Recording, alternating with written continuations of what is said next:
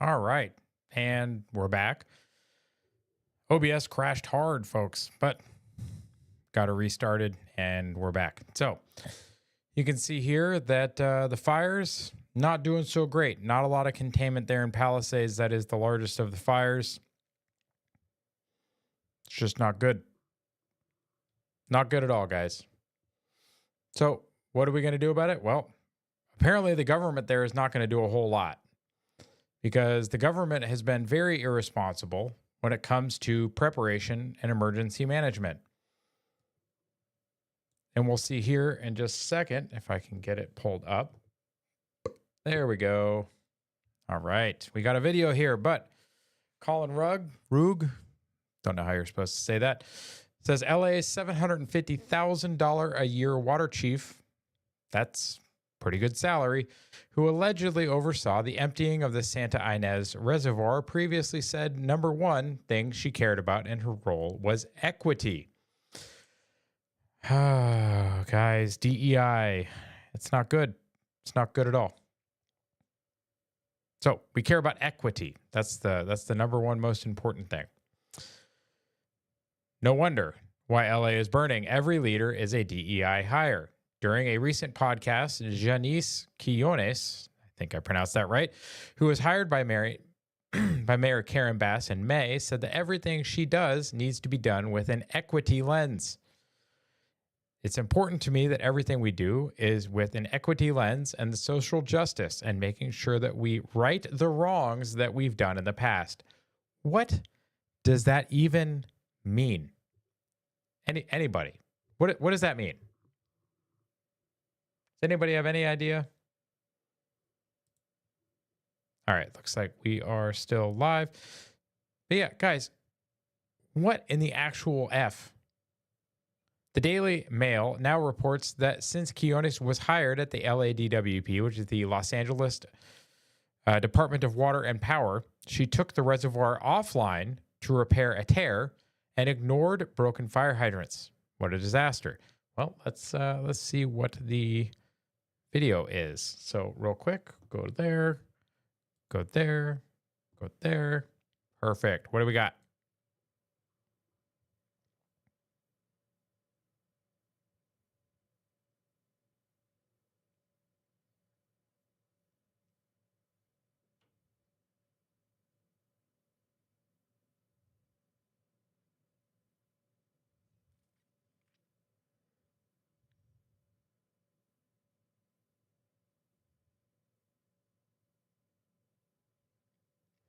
Wait, so she's going to be drawing a military retirement and a $750,000 a year salary from the DWP?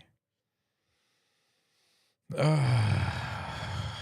upsetting. Anyways.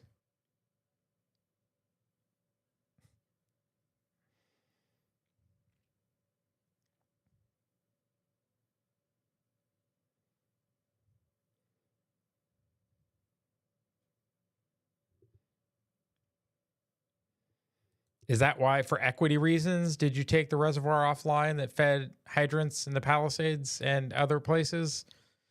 That's why? You think from an infrastructure perspective, there was too much past racism?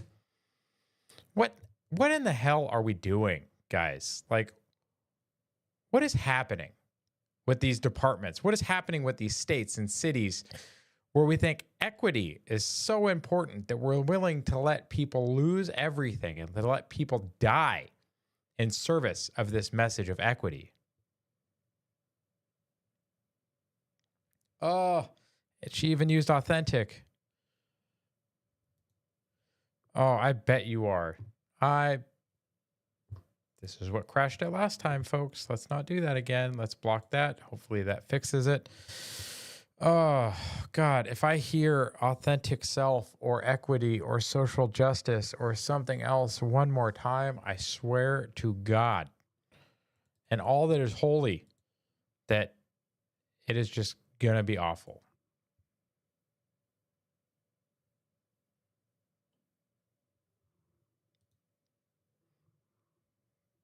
What is happening right now? Am I speaking to nobody?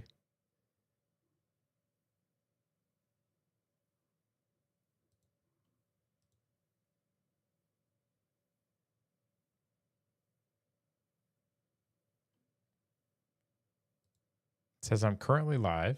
Am I live? Let's see.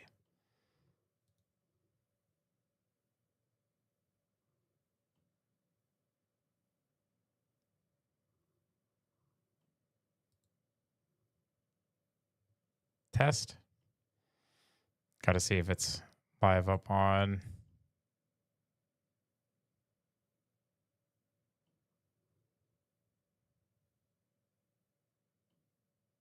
Because I'm getting mixed messages from Restream right now. Okay. Well, nope. I'm still live on YouTube. So, all right. I'll accept it. Now I'm showing. Okay. I think the one person that's showing streaming is me. Okay. That's fine. Let's try to get this thing back on the rails, huh, folks? All right. So social justice with the DEI hire that, oh God, don't tell me about ending support Windows 10. Thanks, Microsoft. Does anyone actually want Windows 11? Like, I've had Windows 10 for so long. I have no desire to go. I keep getting these pop-ups, especially while I'm in the middle of streaming. Real convenient. Thank you. But yeah, hey, get ready for lack of support for Windows 10. I could not care less. I want to keep Windows 10 until the day this computer dies. Because I have Windows 11 on my work laptop. Not impressed. But here we have another article. The state wants to probe why the Pacific Palisades reservoir was offline and empty when the firestorm exploded. It's a nice picture of it. Would have been nice to have some water in there, eh? But a large reservoir in the Pacific Palisades that is part of the Los Angeles water supply system is out of commission when a ferocious wildfire destroyed thousands of homes and other structures nearby. Officials say that the Santa Ynez Reservoir had been closed since February for repairs to its cover, leaving a 117 million gallon water storage complex empty at the heart of the Palisades for nearly a year. Does anybody wonder why these insurance companies pulled out of California? California came through and passed a bunch of regulations and said, hey, you can't raise rates more than this much. Kind of like, I think it's similar to like they did with Proposition 13 with property taxes and restricting the rate of increase that was allowed. But they said, hey, you can't raise the rates of your homeowner's insurance. And the homeowner's insurance company said, yeah, but you're not managing the fire risk at all. And you're doing stupid things like this, which is you have an entire reservoir just offline, not there for like a year. Why would you need that, right? Why would you possibly need all that water? So they've had almost no rain this year, like very little. I've talked to my folks about it. They've had very little rain this year. So very dry conditions. They have not been managing the forest floor. And yes, it's called the floor. They've not been clearing out brush and fallen deadwood. For years, this stuff is accumulated. And with dry season after dry season, you get a lot of dead plant material on these hillsides. So with all of this dead plant material, no water in the reservoir to help with fighting fires, these companies were like, yo, the risk is going through the roof.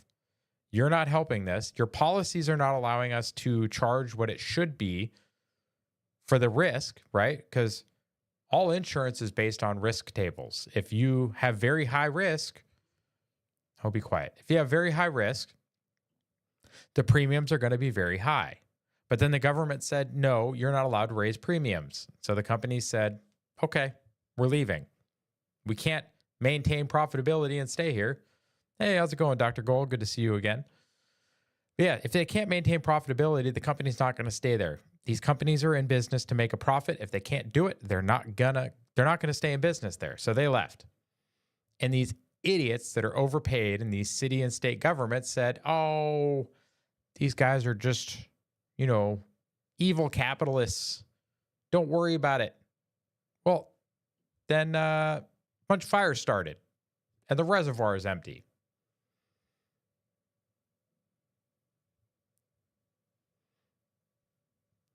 So it's like, okay, like Bitwit Kyle lost his home. A bunch of people lost their homes. My parents have a friend that their kid lost their home.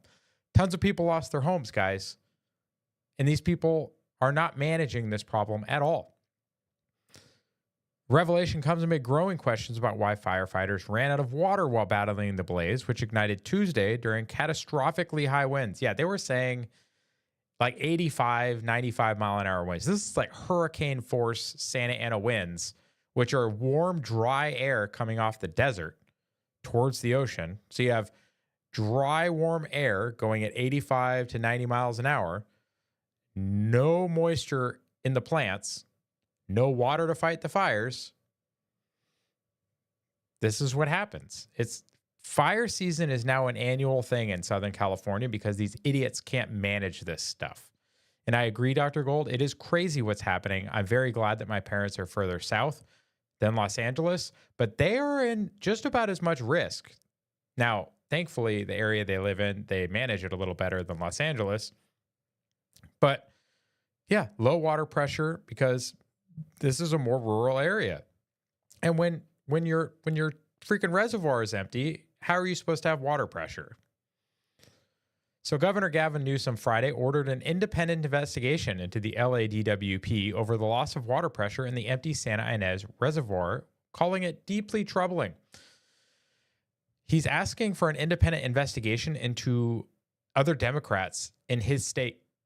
I think I can tell you what the problem is, guys. This state has been single party ran for decades, and they're doing an awful job.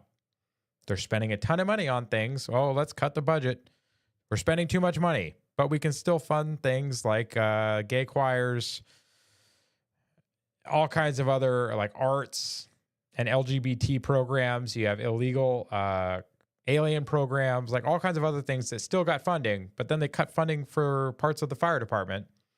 They also let a bunch of firefighters go because they refused to get vaccinated a few years ago. So there's just so much mismanagement over the last few years here in Southern California, but California in general. So it's hilarious to see Newsom go, oh, hey, we need to investigate.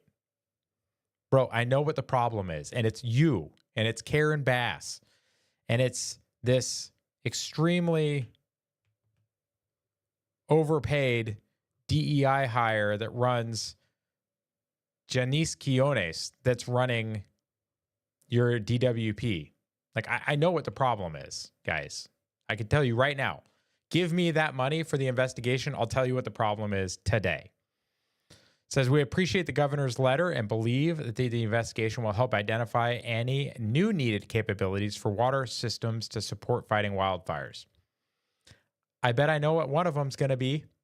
Maybe put some water in your reservoir. That might help. DWP officials have said that the demand for water during the unprecedented fire made it impossible to maintain any pressure to hydrants at high elevations. Yep, I could see that. Had the reservoir been operable, water pressure in the Palisades would have lasted longer on Tuesday night, an expert of the city's water system, but only for a time. Well, maybe that would have been enough time. Maybe it would have been enough time to allow more people to get out. Maybe you would have had less people dead. Maybe you would have had a few less structures burned to the ground. Like some of these homes, guys, are like $10 million, $20 million, $30 million a piece. Doesn't take too many of those to reach $1 billion of damage. Still would have ended up with serious drops in pressure.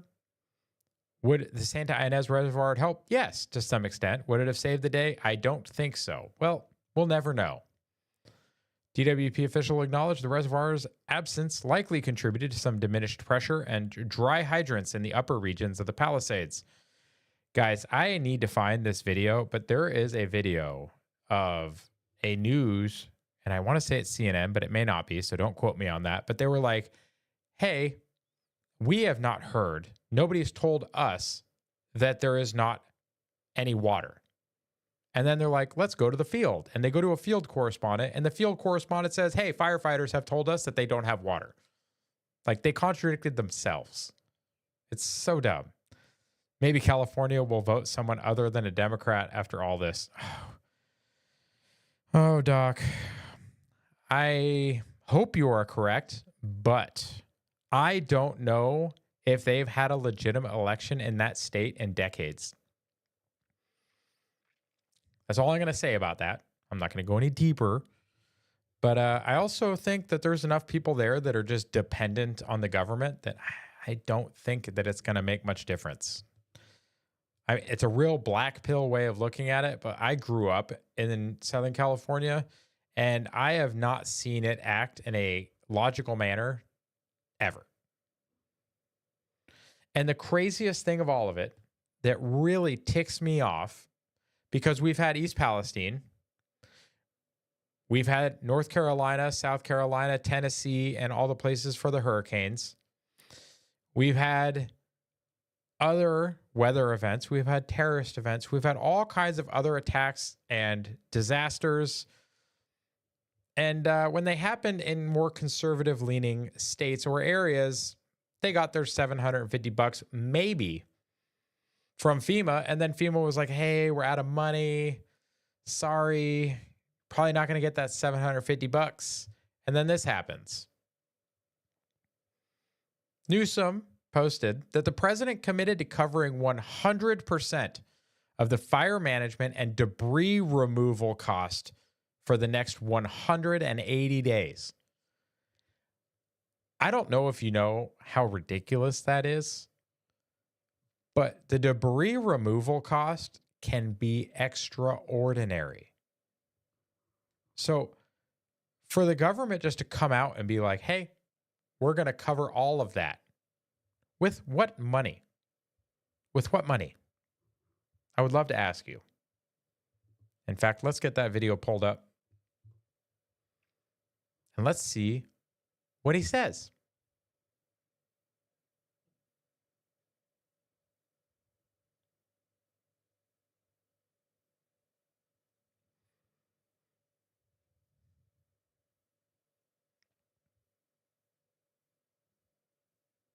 It must be nice to be in an area that is left-leaning, full of Democrat donors. Because apparently that's what this buys you. When you have a bunch of Democrat donors that donate to the Biden-Harris campaign or the Harris-Walz campaign, and then you have a disaster, apparently the federal government decides, until it changes hands, that they're going to cover all of the cost. Now, we can speculate what that means, and we'll go over that here in just a minute, because there's a couple of potential implications, and we'll have to check on this going forward to see if that actually comes to pass. But let's finish this clip, which is you and me, by the way. I don't live there, and I am now paying for this idiocy.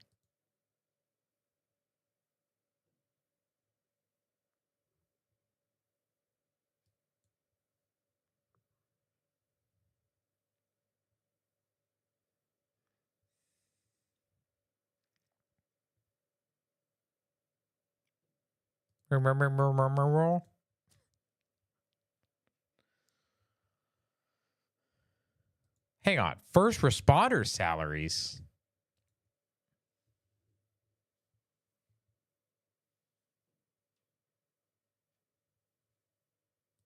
Spare no expense. Don't worry. We're paying for it.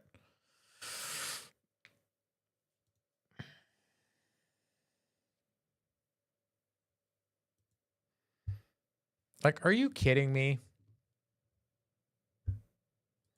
So we are now going to foot the bill.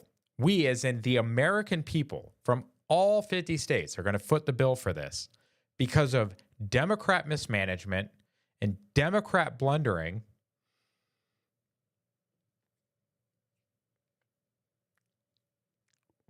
Inflation is a thing, guys. We're just going to print money and give it to California to cover for their idiocy. The other part that's a little bit interesting about this, guys, is there's potential. Apparently, they passed a proposition. I think it's 19. You can fact check me on that or look it up and let me know. But they basically put restrictions on property tax reassessments. So as long as somebody purchases or builds a new home within 2 years of losing it to a fire, they can maintain the existing property tax assessment. Now, with the way that permitting works in California, is it's probably not going to happen within 2 years. So then is it when you sign the contract to get it built? And this is something that I don't have an answer to right now. I need to dig into it more. Or is it just, it has to be completed within 2 years? If it's completed in 2 years, guys, many of those homes are going to get reassessed. Prop 13, which was in the past, limited the rate at which the government could increase your property tax assessments for these homes. Now, some of these homes, like my parents' home, have gone up significantly since they bought it in the 80s or 90s, right? So they are still under a modified property tax assessment because when they bought it, it was worth not that much, at least relative to today. And it has, let me do some quick head math. I mean, it's basically 20x'd in value. Now, that would normally mean if they had normal reassessments for property values, that would like 20x their property taxes. Now, because of Prop 13, that hasn't happened. But there is a decent chance that after this fire, all of these very valuable properties, if they take too long, or if somebody hasn't moved, that there is going to be a significant alteration to the property tax assessment in the area, which is crazy. Like, just absolutely wild, guys. So I hope that's not the case because most of these people are not going to be able to afford that. They're just not. So in general, guys, there's still a lot going on in Southern California.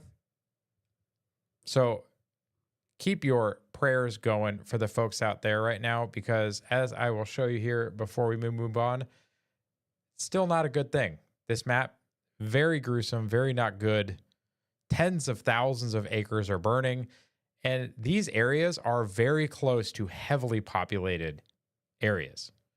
So right now it's mostly in the hills. But guys, there's a lot of very large, valuable homes in the hills. And then if it gets off the hills and starts burning through the city, that is a lot of densely populated areas. So moving on from the current fire situation, also to many people leaving California, and I hope those people will vote differently. Oh, Lord. Doc, I do as well. They have already come to places like Idaho, Florida, Texas. I'm now in West Virginia, but I didn't bring any of that crap with me. They have changed some of these places and basically turned them purple and brought their stupid ideas with them. Guys, to any of my viewers that are potentially in California, if you have left-leaning values that have helped destroy the place you live, if you move away from there, please do not bring those values with you to wherever you're going because you are going to become a cancer. Please don't be a cancer. That's all I ask. Change your ways. Open your eyes a little bit. Talk to your neighbors. Hopefully everything will be better. Move somewhere else, but adopt their culture. Don't bring your culture with you because your culture destroyed where you're leaving. You're leaving there for a reason. Don't turn anywhere else into California, please. There's enough California already. Ugh. Just dirty thinking about it. But thank you for pointing that out, Doc. But right here, we see that we're getting into some politics news. So the appeals court denied the bid to block public release of special counsel's report on Trump January 6th probe. Now, you know what? I'm okay with it. I hope all of it comes out. Just release everything. Release everything. Not just Jack Smith's report, because I don't trust this bastard at all. I don't really trust anybody in the current administration on either side, except maybe Thomas Massey. People like Rand Paul, Nancy Mace. There's a couple decent ones, but like Thomas Massey, Matt Gaetz is out, right? So the number of people that I would actually trust to tell the truth in government right now, very, very low. Until this administration leaves, very, very low. So Federal appeals court on Thursday denied a bid to block the public release of special counsel Jack Smith's report on President-elect Donald Trump's efforts to overturn his 2020 election loss. Now, guys, they keep trying to pin January 6th on him like he planned it. I don't know why. They're just trying to drum up as much stuff, I think, during the election cycle as they can. They're also trying to make it so they have something to talk about for the next 4 years. Because if you remember the first Trump term, it was Russia collusion. They had their narrative and they ran with it for 4 years. And then afterwards, turns out, they're like, oh, hey, turns out, not a thing. But they ran with that the entire 4 years. And during the election, they kept bringing it up. They also buried things like the Hunter Biden laptop, which reports were that if enough people had known about that, they probably would have changed their vote. So whether there was direct interference, whether it was collusion between government and social media to bury these stories, government and traditional mainstream media to bury the stories during the 2020 election, it still doesn't feel like everything was above board. I'll just leave it at that. But the 11th U.S. Circuit of Appeals turned down the emergency challenge aimed at keeping under wraps the report, expected to detail unflattering revelations about Trump's failed effort to cling to power in the election that he lost. Now, AP, guys, your biased language is so obvious. But it says here, even with the appeals court ruling, the election interference report will not immediately be released. There's no guarantee it will be, as more legal wrangling is expected. Yeah, not surprised at all. Trump spokesperson called Smith's report an unconstitutional, one-sided, falsehood-ridden screed. It is time for Joe Biden and Merrick Garland to do the right thing and put a final stop to the political weaponization of our justice system, spokesperson Stephen Chung said in a statement after the ruling.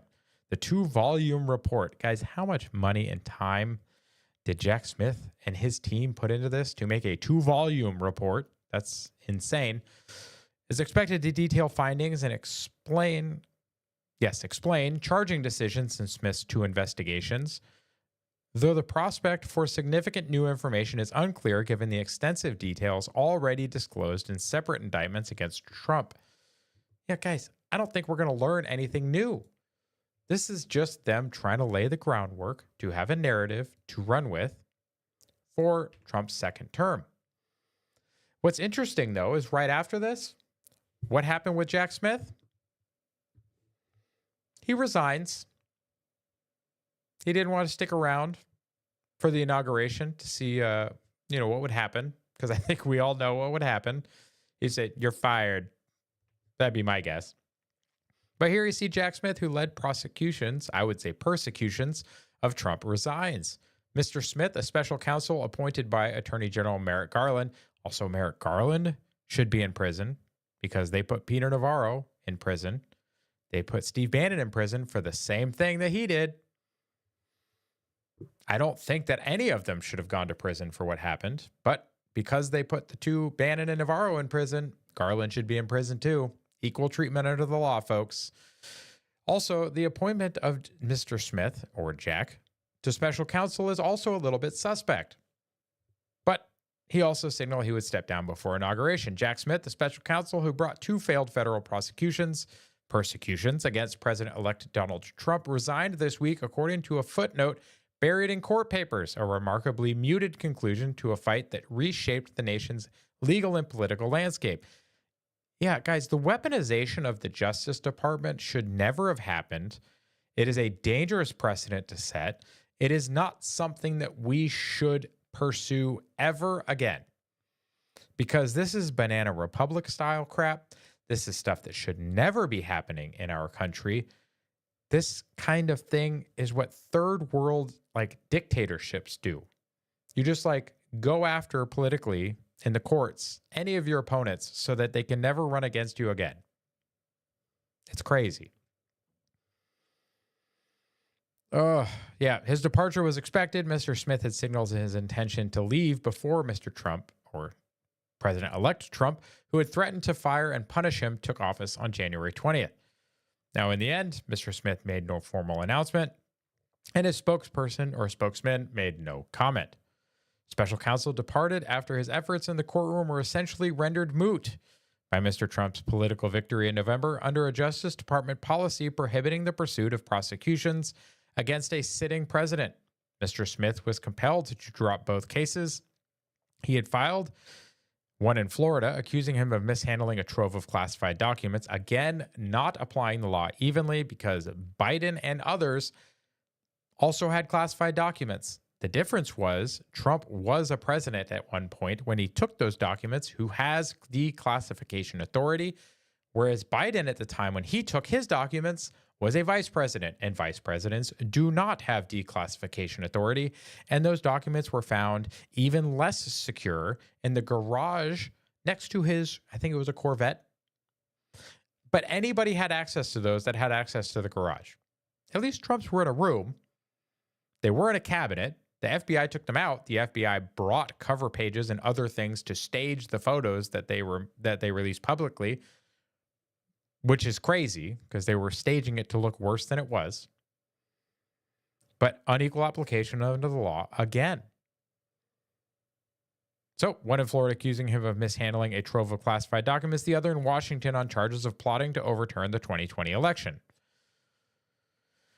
His final week was marked by one more legal setback at the hands of Judge Eileen Cannon, the Trump-appointed jurist presiding over the Florida documents case. She temporarily blocked public release of his final report until at least Monday. Now, I don't think any of that really matters, guys. The Biden administration is almost over. We have 9 days. Really 8, because on the 9th morning is Inauguration Day. So, looking forward to that. But just like saying he's going to cover 100% of the fighting and cleanup costs for California, Biden continues to make decisions in his last few days that are just trying to burn the whole place down around our ears. Now, what was the last thing he just did? Well, this is as of yesterday. But as of yesterday, Biden extends temporary status to nearly 1 million migrants ahead of Trump's deportations. The protected status could complicate Trump's ability to move fast. Guys, we elected Trump. One of the biggest concerns the American people have right now is immigration. So if immigration is one of our primary concerns, love from Evansville, Indiana, and Trump is the first president I voted, and this year was the first election I could vote. Oh, congratulations. I actually have a friend at work. She was an immigrant from the Philippines. She got her citizenship, and this was also her first election she voted in, and she also voted for President Trump. So, congratulations, and thank you for joining the process. Also, thank you, Indiana. I lived in Nebraska for 5 years. Little segue. I lived in Nebraska for 5 years. The only time I spent in Indiana was for a vasectomy reversal, which is a weird thing to talk about. But that's the only time I've been in Indiana. It was a beautiful state. The doctor did a great job. I now have 2 kids. So wish that marriage had gone better. But at least I still have those 2 kids. They're amazing. Love them. Yeah, lived in Nebraska for 5 years, 4 years in the little southeast tip by Missouri, Iowa, and Nebraska, and 1 year in Kearney. So I actually missed the Midwest quite a bit. So thank you, and enjoy the Midwest away from California, because I currently live way too close to Washington, D.C. Don't like it. But the Biden administration announced Friday it would extend temporary deportation relief to nearly 1 million people from El Salvador, Sudan, Ukraine, and Venezuela, just days before Trump enters the White House with a vow to restrict the program.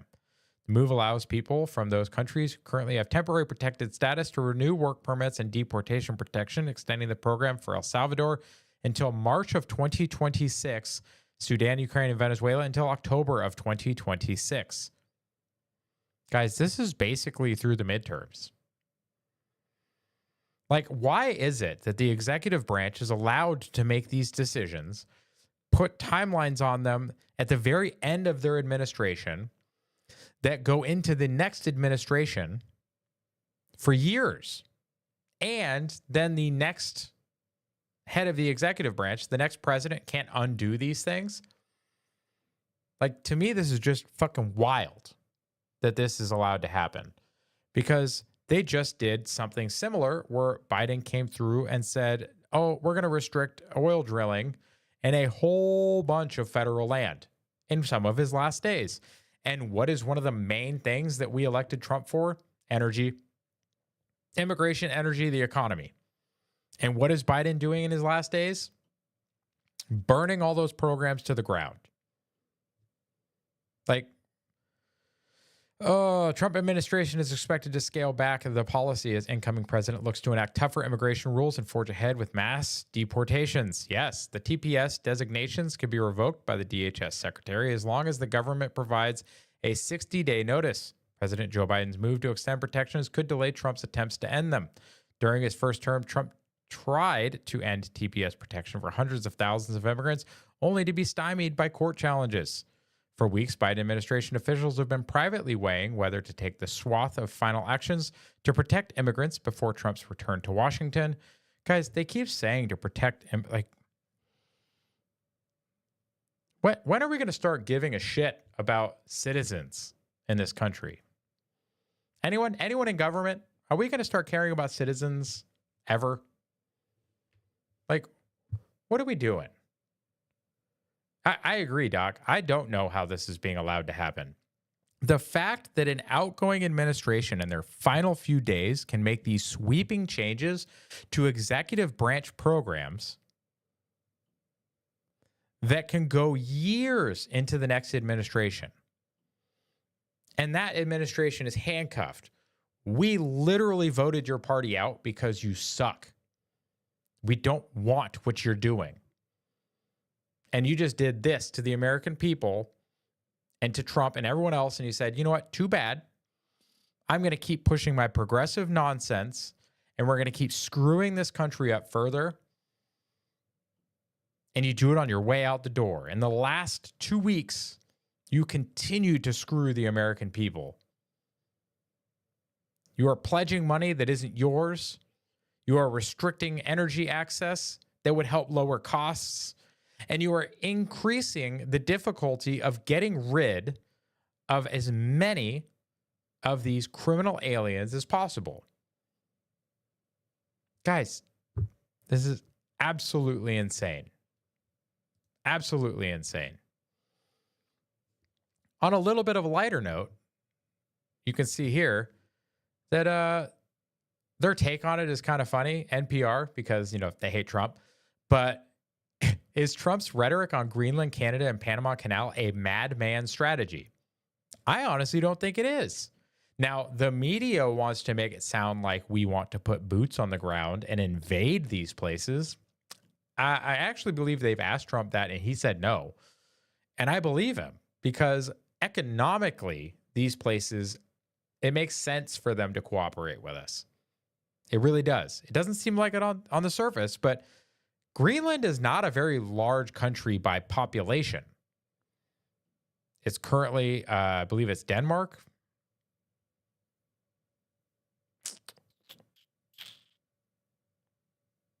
Yep, Prime Minister of Denmark. So Denmark currently has control of Greenland. Greenland is trying to go for independence, which is hilarious. It's like, let me look. Off the top of my head, I cannot remember how many people live in Greenland. It's like 50,000 or something like that. Let's see. Honestly, I think these people are evil, the government. I think it's more than just the government. The government, all the bureaucrats, all the NGOs, some of the rich people like George Soros, who, oh God, it's another thing I didn't bring up articles for. But George Soros got the Presidential Medal of Freedom, folks. Please explain that.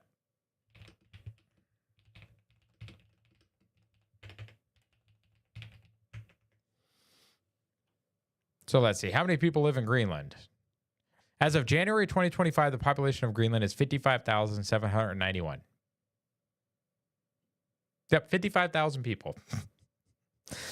But what kind of natural resources does Greenland have? Because that's really the reason.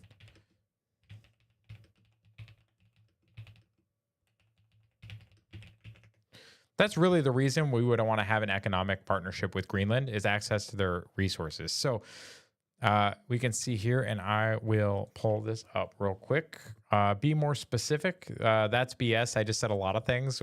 I mean, they're pretty much all BS, but you want to let me know what you were talking about. Here, Greenland. Why would we want to have a partnership with Greenland? Well, let's see. Minerals. Has significant deposits of minerals such as zinc, lead, gold, iron, ore, copper, and rare earth elements. Rare earth elements is important to us because China and everyone else keeps threatening to cut us off, and we need them for semiconductor. Oh, that he got the Medal of Freedom. Yeah, Soros getting that thing is crap. There was a whole list of people that got them that was absolute garbage, but that one really, really just takes the cake. Oil and gas, potential reserves of oil and gas off the western coast. Hydropower has vast potential for hydropower due to its many glaciers and large rivers. Fish and seafood surrounding waters are teeming with fish and seafood, making fishing a vital part of Greenland's economy.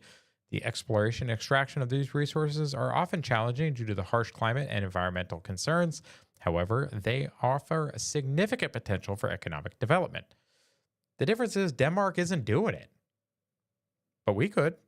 And we could give the people of Greenland lots of jobs. So we should do that. So, yeah. The media is making it sound like that we just want to invade all these places. We don't. So, Canada. There's a bunch of jokes and memes. Guys, everyone does not have a sense of humor on the internet anymore, but all the memes about Canada being the 51st state, like, we don't want them to be a state, guys. We don't. Them being a state would be awful. It's like 50-something million people. It definitely, you don't want it as one state. It's like 50-something million people, and it's very progressive. Definitely don't want that. Now, it has a bunch of provinces. So if you did every province was its own state, and you got to pick which provinces could be states, maybe. Because there's a bunch of conservative provinces. There's a couple of very progressive ones. They can keep them. In fact, we'll give you California, Oregon, and Washington, and the progressive ones can join them, and we'll just keep the number at 50 states, and we'll give you the progressive ones, and then you guys can all be together in your progressive nonsense. That to me sounds like a much better solution. But I would love to have the Alberta, oil sands, access to energy. It'd be great. We could really develop those resources. But really, I think, if anything, we would want to make them some kind of a protectorate, or kind of like, Virgin Islands, Puerto Rico, like something without really having much voting power.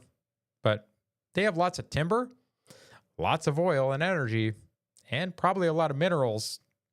The whole Yukon territories, guys, like, yeah. And then Panama Canal, guys, Carter. I love how they're like, you're just pissing on Carter's grave. Carter just died. Have some sense. It's like, no. We never should have given just open access to the Panama Canal, because we gave it back to Panama and we said, hey, it's yours to deal with. We built it. We died for it. But you know what? You guys run it. And then Chinese companies started going in and being like, hey, we'll make these deals. We'll make those deals. So yes, China does not have direct control, which was the argument against it. They're like, hey, China's not running it. Panama's running it. I get it. They're running it with China's hand up their butt, doing this like a puppet, effectively. But is it a madman strategy? Maybe. But, his undiplomatic talk in recent days of reclaiming the Panama Canal, annexing Greenland, and even Canada has left the world leaders scrambling to respond. Yeah, Trudeau's gone. Like, that's hilarious. We literally bought a lot of our land from other. Yeah. And there's no reason we can't keep doing it. But we should stop other countries from buying ours. The fact that China owns a whole bunch of farmland in the United States is ridiculous. Should never have been allowed to happen. Panama's foreign minister has insisted that the sovereignty of its vital canal, which the U.S. handed over a quarter century ago, is not negotiable. No, sorry, sir, everything is negotiable. Prime Minister of Denmark, a NATO member that oversees the autonomous, NATO can go F itself for all I care. Prime Minister of NATO member oversees the autonomous territory of Greenland, has insisted that Greenland belongs to the Greenlanders. That's a neat name. And that Canada's outgoing Prime Minister, Justin Trudeau, you're welcome, Canada, has quipped that there isn't a snowball's chance in hell of a merger with the United States. Sure. Have fun in retirement, Mr. Castro. Here are 4 things to know about his recent remarks. It says Trump at the news conference earlier this week declined to rule out the use of military and economic coercion to gain control of the Panama Canal and Greenland, arguing that they are both necessary for U.S. security. Now, that might be true, but guys, they don't literally mean like a full-scale invasion. Can we just stop that? A lot of bombast and bluster. It's also a tried and true tactic for Trump, which is true. Common negotiating tactic, guys. Set the anchor high, dial it back to what you really wanted, and negotiate from there. Totally makes sense. Art of the deal, baby. Also trying to do tactic of Trump to sort or disorient your negotiating partner, put them on the back foot because you want to get a better deal for the real goods that you have. Yes, of course. Need to take back all the land that was bought by China and the U.S.? Yes, we do. I completely agree. No foreign entity should own land in the United States. Completely ridiculous. If your company wants to own property here, it better be a U.S.-based company. And if you're not a U.S.-based company, tough. You can lease it from somebody else that owns it. That's my thought on that. I don't know what do you guys agree with that? Does that make sense? That makes sense to me. No non-citizen or non-US based company that is full of citizens, right? Like the board members, everybody should be citizens, should own US property. Lease it? Fine. You can sign a legal agreement, right to occupancy, you can right for usage, whatever. It's a lease. Can't own it though. Say in the case of Greenland and Panama, those real goods include keeping China and other potential adversaries at bay. Yeah, guys, you cannot let China control the Panama Canal. We built it for our military to be able to traverse from the East Coast to West Coast without having to go down around Cape Horn. Like, it is a vital commercial and military shipping lane for U.S. interests. Like, we cannot let a foreign country control it. We just can't. And if we're going to let them, we just have to say, fine, the seas are yours. Whoever wants to own and run the canal, you are now responsible for policing the world's oceans and ensuring safe shipping for everybody. That's what we've been doing for decades and decades. So if you want that responsibility, you can have it. You can have the canal. How about that? Because I would love to dial back some of our military spending. We'll let China ensure the safety of the oceans for a while. I don't think they would. But, you know, you go out of line once, we're just going to take it back. Sorry. Says we need Greenland for national security purposes. I'm talking about protecting the free world. You don't even need binoculars. You look outside. You have Chinese ships all over the place. You have Russian ships all over the place. We're not letting that happen. We're not letting it happen. Yeah, guys, again, letting our adversaries take control of things internationally that have U.S. interests is just not smart.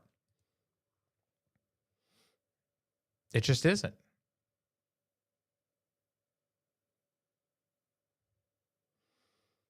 So, one last thing that I wanted to go over real quick, because we're big fans of President Javier Milei here, and this is a Yahoo Finance article. I didn't even realize that Yahoo was still around. So, good job, I guess, for surviving. But here you got the IMF publishes a grim evaluation of Argentina's $44 billion deal. The International Monetary Fund published a somber review of its most recent program that failed in Argentina, finishing a technical step needed before, President Javier Milei negotiates a new agreement this year. The IMF staff published late Friday an evaluation of Argentina's program that originally totaled $44 billion, the lender's second largest program in the history, only behind its 2018 deal with the nation. By IMF rules, a country with exceptional access to IMF money, like Argentina's program, can't seek a new program until the so-called ex post evaluation of the previous program finishes. Okay, so that's why they published this report. So the IMF chief spokeswoman confirmed in December that negotiations have begun on a new program, which would be Argentina's third deal in a saga now stretching over 7 years. Separately, Argentine economy minister Luis Caputo has said he hopes to reach an agreement within the first 4 months of 2025. They're keenly watching Caputo's negotiations with IMF staff to see if the lender will provide fresh funding beyond $44 billion, as well as how and when Argentina decides to lift its framework of currency and capital controls that prevent it from returning to international markets. Both issues are central to ongoing negotiations. Now, what's interesting is that Malay has posted very good economic numbers. Now, they are still awaiting access to dollars to finish dollarification. Yeah, I think that's how they said it, for their economy. But you know what? I really hope that they do well. Because I think if Argentina can do well and El Salvador can do well, not only will people want to repatriate and go back home, but they will be a good model for how to reform governments in the West. Javier Milei went into office and slashed government significantly. They hadn't had a surplus in forever. I'm being hyperbolic. Obviously, they had a surplus, but it was many, many, many years ago. Now they're doing better. You know who hasn't had a surplus in a while? The United States. The last surplus we had was during Clinton. That was the last time our budget was not in a deficit. It's wild, guys. It's also one of the last times that we passed any of the 12 actual budget bills instead of doing these stupid omnibus bills and this last-minute government shutdown and crazy hostage-taking negotiation style for our budgets. Our legislatures need to get their ass in gear and do their job. This whole last-minute omnibus bill thing needs to go. The amount of port that gets attached to it is insane. We're spending ourselves into oblivion. We keep throwing tens and hundreds of billions of dollars at places like Ukraine and Israel and everywhere else. We just keep bombing these other countries for no reason. Guys, we need to focus on us. Until we fix our problems here in the United States, we should not keep going and doing this stuff overseas. Oh, I appreciate it. I'm glad I found your channel. Keep it up, brother. Hey, I appreciate it, Doc. Thank you for the $4.99. That's very, very generous of you. I appreciate it. But yeah, guys, we need to stop this nonsense with what we're doing. Our foreign policy is crap. Our spending is crap. Like, everything is just so bad. And what is the government doing on its way out? Spending more, committing to more, and being an obstructionist. Like, I hate it. I hate every bit of it. I can't wait for 9 more days until the government changes.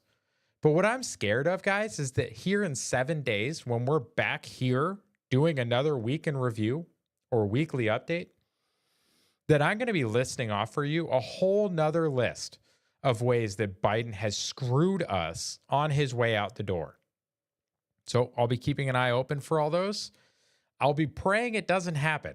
I'll also be praying for the people out in California and elsewhere that are just suffering.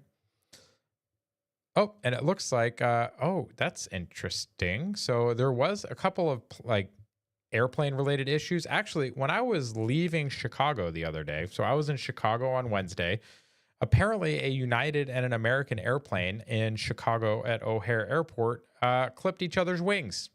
So that's fun. But no, a Jeju Air passenger jet crashed last month. So this was in December, killed all 179 people aboard. But the interesting is probably a bad word. The unfortunate thing, there we go. We'll use unfortunate.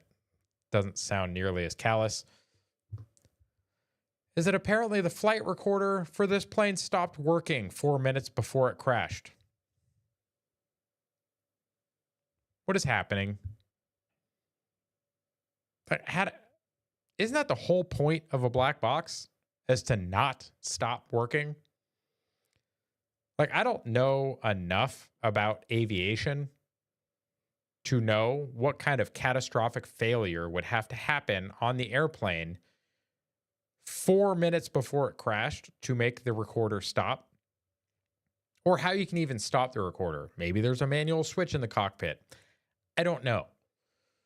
Maybe someone out there can tell me. But what I do know is you're not supposed to have missing data on a flight, on a recorder. It's supposed to keep a continuous last however many minutes. And if something happens, it has the data from the previous however many minutes up till the crash there so that it can get analyzed. But it says here that the South Korea's Ministry of Land, Infrastructure, and Transport said that for reasons not yet determined, the black box of the 737, Boeing, poor Boeing, that the Boeing 737-800 had stopped recording. We plan to investigate why the data was not recorded. It's also said other data and analysis would be used to try and understand what happened in the last month's disaster. 181 people aboard. Wait, so 2 people survived? Holy cow. Okay, that's rare. Mayday, mayday, mayday, bird strike, bird strike. Okay, so that's good to know. They at least have audio recordings that it was a bird strike, but didn't have enough time to make the full circle. Instead, they approached the runway from the opposite direction and landed on its belly without landing gear deployed. Okay, this is the one that overshot the runway and exploded. Slammed into a concrete structure on the southern end of the runway and exploded. Oof. Key question, what happened during those 4 minutes? I don't know, guys. But Boeing has been having a real rough time. Now, I should have bought some of their stock when it was cheap because they're not going anywhere, guys. Boeing and Airbus are the only 2 companies that make airplanes. They're not going anywhere. Trying to see if I can find something real quick that I wanted to share because I thought it's somewhat amusing. Nope. Okay. That's not going to help.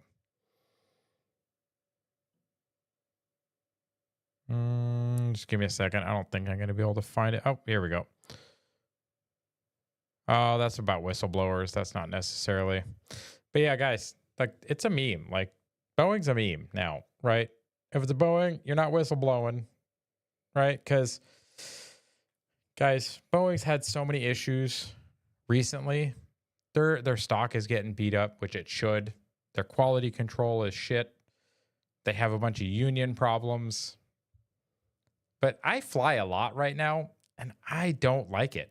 I was just on an Airbus to and from Chicago. It wasn't as nice, but I felt safer. Yeah. So, all in all, guys, the world's a crazy place. Our government is still really dumb. Pray for it. Pray for all of us. Pray for the people in California. Pray for a smooth transition, guys. Who knows what's going to be happening on January 20th? Pray for Trump's safety. Pray for all of our safety. Pray that nothing else keeps happening because it does just feel like January 1st, guys, we went over these last week, but like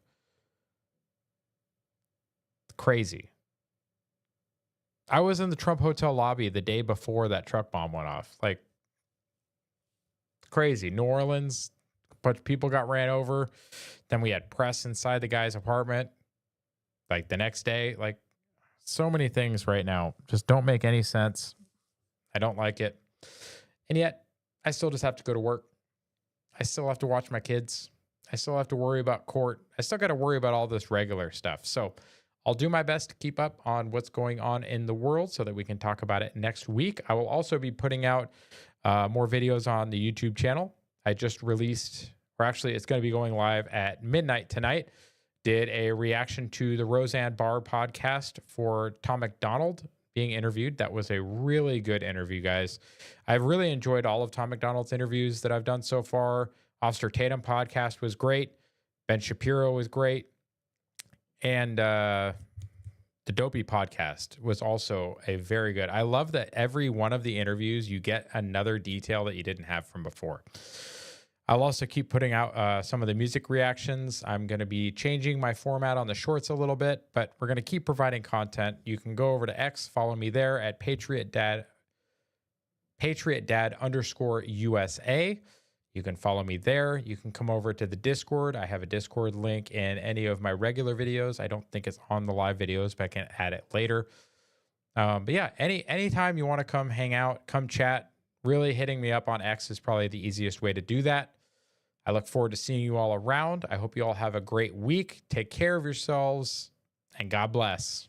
Bye, everyone. Have a good night, Mr. Gold. Thank you again, Doc, for the donation. It is greatly appreciated. Have a great night, everyone.